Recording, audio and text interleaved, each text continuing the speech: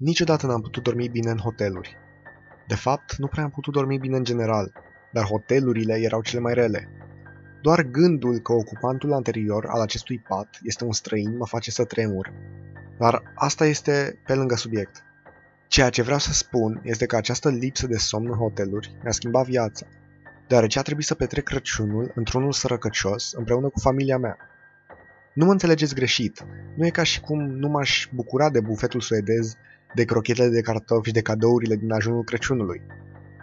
Desigur că prima zăpadă în acest sezon a trebuit să anuleze zborul nostru către Virginia. Era ajunul Crăciunului, iar eu încercam să adorm în această cameră, cu pereții saturați de către înălbitor.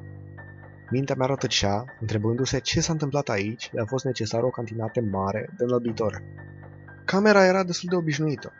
2 paturi, unul pentru mine și tatăl meu și un altul pentru sora și mama mea, o baie și un cuptor cu microunde murdar. Cumva am reușit să cad într-un somn fără vise. Trezindu-mă, puteam să jur că era dimineața de vreme, tatăl meu sfărăind lângă mine. El de obicei se trezește înainte de 4 dimineața.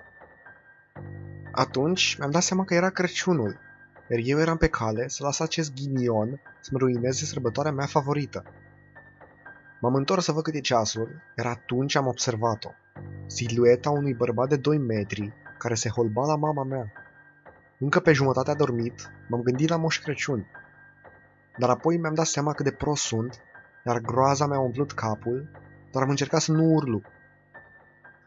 Știam că nu pot să-l las să vadă că streaz, așa că mi-am așezat capul la loc pe pernă, prefăcându-mă că dorm. Cineva era în camera mea, iar eu nu puteam să fac nimic. Eram un adolescent slăbănoc de 16 ani, iar acest bărbat avea corpul unui culturist. M-am întrebat dacă aș putea să-l trezesc pe tatăl meu, dar am știut că nu ar funcționa, pentru că el doarme ca o stâncă. Nici o găleată cu apă nu l-ar putea trezi. Am început să lăcrimez. Niciodată nu m-am simțit atât de neajutorat. El stătea lângă mine. Puteam să-i simt respirația respingătoare.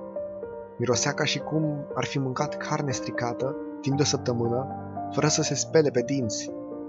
Deodată, respirația s-a oprit. Am auzit ușa camerei deschizându-se și închizându-se la loc. M-am ridicat instant din pat. Dar totul era normal, în ordine. Familia mea încă dormea. Oare a fost un vis? Oare mi-am imaginat totul?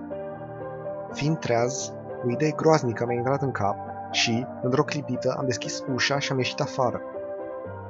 Aruncând o privire înapoi la ușă, pentru a memora numărul camerei, am văzut un X negru și mare vopsit pe ea. Dacă aș fi văzut asta fără experiența precedentă, probabil aș fi crezut că este opera unor copii proști. Dar eu știam mai bine. Inima mea a tresărit.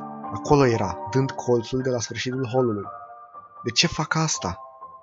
L-am urmărit până în parcare, unde, la un moment dat, mi-am pierdut urma. Realizând cât de frig este afară, având pe mine doar o pijama subțire, m-am întors înapoi în hotel. Nimeni nu era prin zonă, ciudat.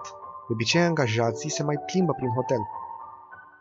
În timp ce adrenalina scădea, mi-am dat seama cât de prost am fost. Ar fi putut să mă omoare. Am început să mă înjur, urcând scările spre cameră. Știam că ceva e în neregulă la etajul meu. Ușa de la camera era larg deschisă. Nu am lăsat-o așa când am ieșit, nu?